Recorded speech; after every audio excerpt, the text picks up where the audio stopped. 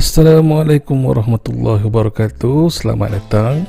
Hari ini kita akan belajar subjek reka bentuk dan teknologi bagi tahun 4 sekolah kebangsaan. Dia pada unit 1 keselamatan bengkel, sesi 1 bersama saya Cikgu Zaharuddin bin Muhammad Zabih. Baik, sebelum itu saya ingin mengambil kesempatan ini untuk mengucapkan selamat tahun baru kepada semua murid-murid saya, khususnya yang berada di Sekolah Kebangsaan Polis Camp Kulai, dan juga kepada siapa sahaja yang menonton video ini. Terima kasih sekali lagi saya ucapkan. Baik, jadi kita akan teruskan. Kebanyakan murid masih lagi belum mendapat buku teks disebabkan oleh PKP. Jadi hari ini saya hendak berkongsi tajuk 1 atau unit 1 keselamatan bengkel menggunakan bahan dari buku teks sendiri. Baik, kita teruskan ya.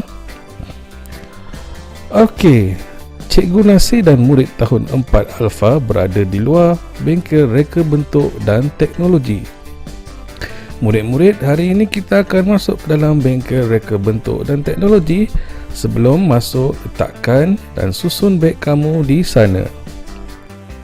Mengapakah kita perlu meninggalkan beg di luar bengkel, Cikgu? Beg akan menghalang laluan dan ruang kerja akan menjadi sempit. Cikgu, apakah yang akan kita lakukan di dalam bengkel ini? Banyak aktiviti yang dapat kamu lakukan di sini. Seronoknya, Cikgu. Ini kali pertama kami dapat masuk ke bengkel. Di sini ada peraturan untuk menjaga keselamatan kita. Kita hendaklah mematuhinya. Baik, murid-murid, itulah tadi sedikit komen mengenai Cikgu Nasir dan murid-murid tahun 4 yang pertama kali akan pergi ke bengkel reka bentuk dan teknologi. Okey, sama juga dengan kamu, tapi mungkin lambat sedikit sebab kita masih belum dapat ke sekolah. Baik, berdasarkan komen tadi, maka kita akan mempelajari tentang peraturan keselamatan di bengkel. Baik, secara umumnya kita boleh bagi kepada 4 bahagian utama, iaitu pertama, peraturan keselamatan bengkel, iaitu keselamatan bilik itu sendiri, iaitu bengkel, peraturan keselamatan diri, peraturan keselamatan alatan, dan peraturan keselamatan bahan. Baik, kita sambung. Peraturan keselamatan bengkel. Letakkan beg di tempat yang disediakan seperti yang ditunjukkan dalam komik tadi. Kedua, patuhi arahan dan makluman daripada guru sebelum masuk ke dalam bengkel. Buka semua pintu dan tingkap sebelum memulakan aktiviti.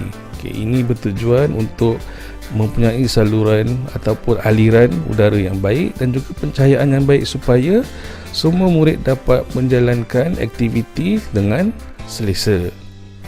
Gunakan alatan dan bahan setelah mendapat kebenaran guru.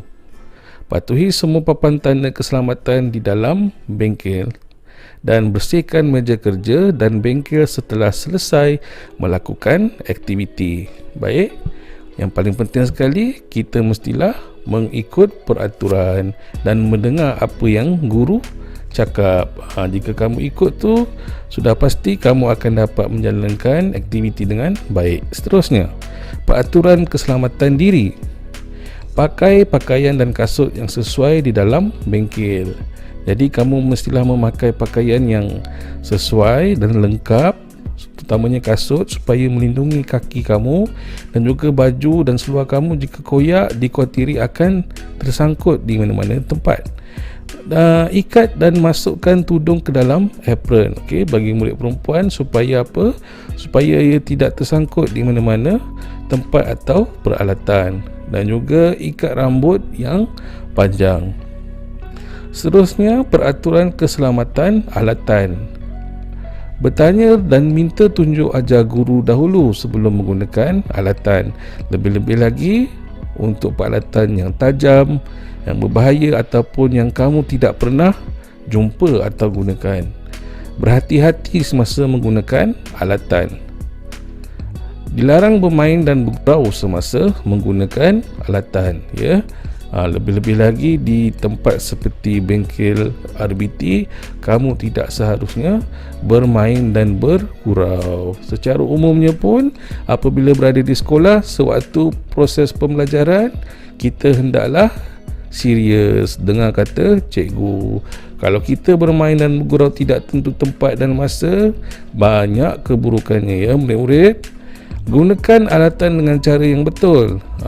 Jangan pula kita pandai-pandai kita buat sesuka hati kita. Okey, ikut cakap cikgu. Bersihkan alatan selepas digunakan.